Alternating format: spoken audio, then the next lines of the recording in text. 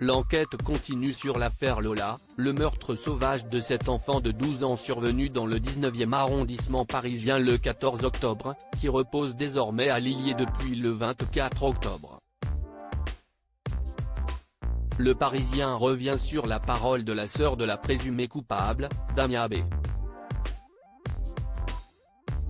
24 ans, surnommée Dina par certains de ses proches. Le constat est sans appel, la jeune femme est décrite par sa sœur aînée âgée de 26 ans comme une personne instable, bien qu'elle n'ait pas pu imaginer que les choses puissent être aussi terribles. Mise hors de cause après avoir été arrêtée le soir du drame, Fria s'est exprimée auprès des enquêteurs.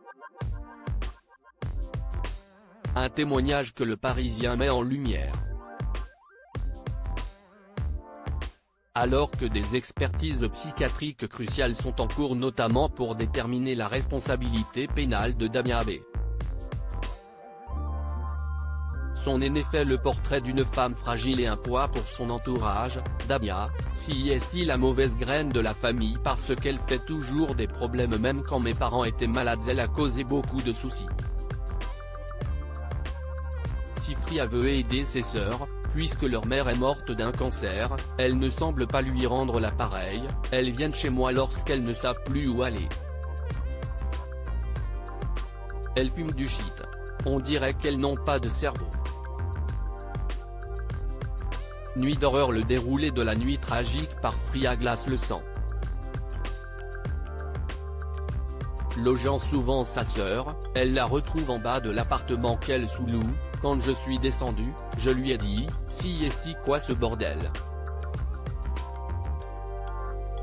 Il y avait 2 valises roses et noires et elle m'a dit de l'aider à descendre une caisse, relate Fria.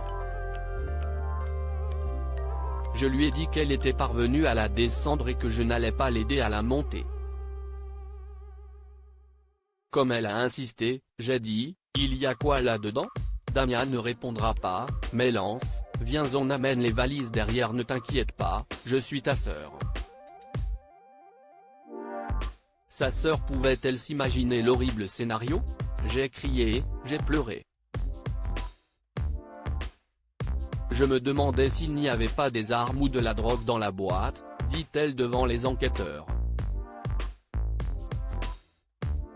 Selon la version de Fria, le chauffeur Hitch se serait approché et aurait ouvert la caisse avant de quitter les lieux. J'ai pris peur, j'ai cru qu'elle avait tué son mec parce qu'elle l'aimait trop et qu'elle en était capable, explique la témoin. Elle ajoute ne pas avoir pu imaginer que sa sœur puisse aller aussi loin que les faits qui seront ensuite décrits, je n'ai rien à voir avec cette affaire. Je suis choqué. Je ne trouve pas mes mots.